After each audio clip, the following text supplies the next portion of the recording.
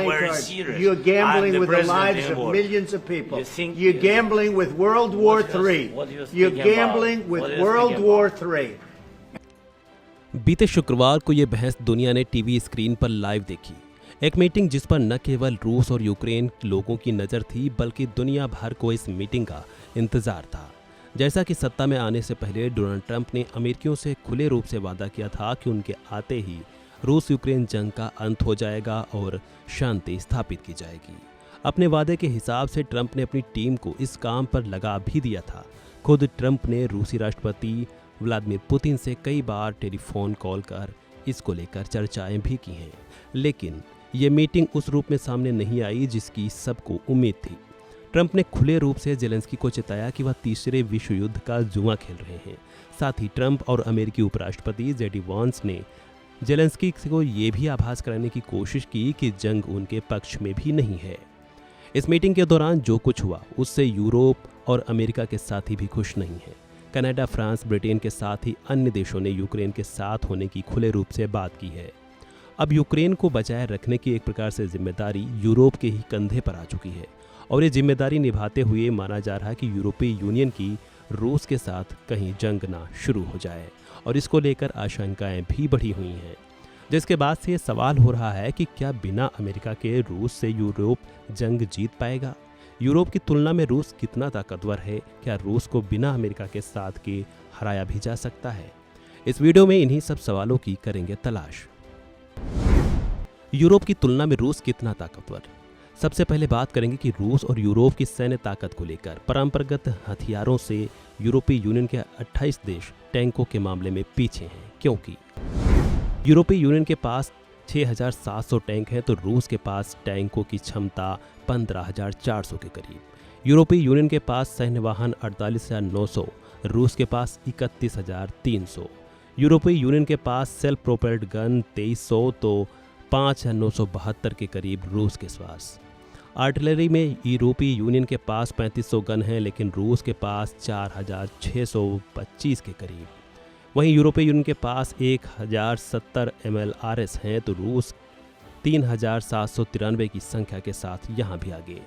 वायुसेना के मोर्चे पर यूरोपीय यूनियन के पास 6,751 फाइटर जेट हैं, लेकिन रूस के पास सिर्फ 3100।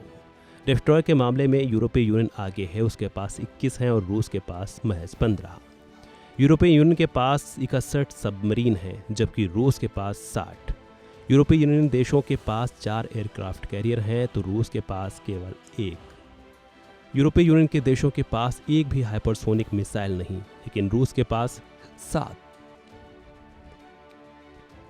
भले ही वायुसेना के मोर्चे पर यूरोपीय यूनियन रूस से काफ़ी आगे है, लेकिन रूस को टक्कर देना इतना आसान नहीं है, क्योंकि परंपरागत हथियारों में यूरोपीय यूनियन के 28 देश टैंकों के मामले में पीछे हैं। साथ ही हाइपरसोनिक मिसाइल रेंज और परमाणु हथियारों के जखीरे में रूस बहुत बड़ी ताकत है।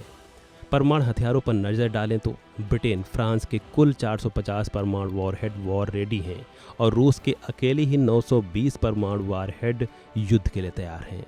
ब्रिटेन, फ्रांस के 75 परमाणु हथियार रिजर्व हैं तो रूस के पास कुल 7,300 परमाणु हथियार हैं। यानी कि परमाणु हथियारों के मामले में रूस कोसों आगे है। रूस और यूक्रेन की शक्ति को समझने के लिए हमें इनकी आर्थिक और जनसंख्या बल को भी देखना होगा, क्योंकि किसी भी देश के लिए उसके सैनिकों का संख्या बल भी बहुत बड़ा रोल निभाता है। सैन्य और जनसंख्या के आंकड़े। यूरोपीय संघ में 28 के करीब देश आते हैं जिनकी जनसंख्या कुल 45 करोड़ के करीब बताई जाती है, लेकिन रूस इस तुलना में काफ़ी पीछे छूट जाता है, जिसकी कुल जनसंख्या करीब 14 करोड़ से ज़्यादा बताई जाती है। इस तुलना में यूरोपीय यूनियन बाजी मारता है। रूस के पास 10 लाख के करीब एक्टिव सैनिक बताए जाते हैं तो यूरोपीय यूनियन के पास 19 लाख का बल है।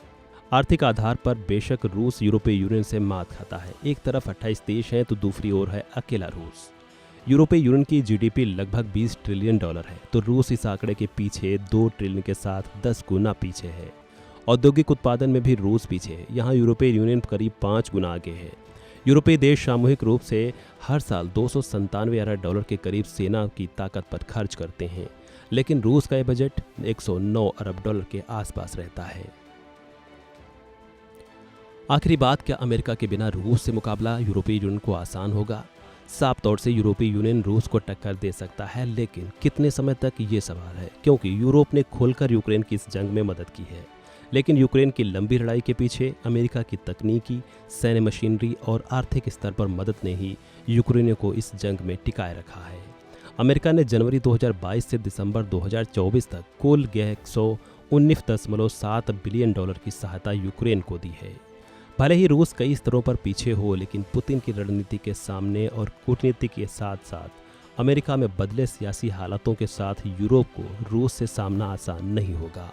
और अगर बात ज़्यादा बढ़ेगी तो रूस न्यूक्लियर अटैक से भी पीछे नहीं हटेगा, क्योंकि वह खुले रूप से यूरोप को धमका चुका है और साथ ही पुतिन ने इस पॉलिसी में भी बदलाव कर दिया है।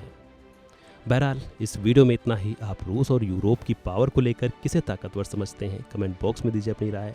फिलहाल अन्य खबरों के लिए वन इंडिया को करें लाइक और सब्सक्राइब।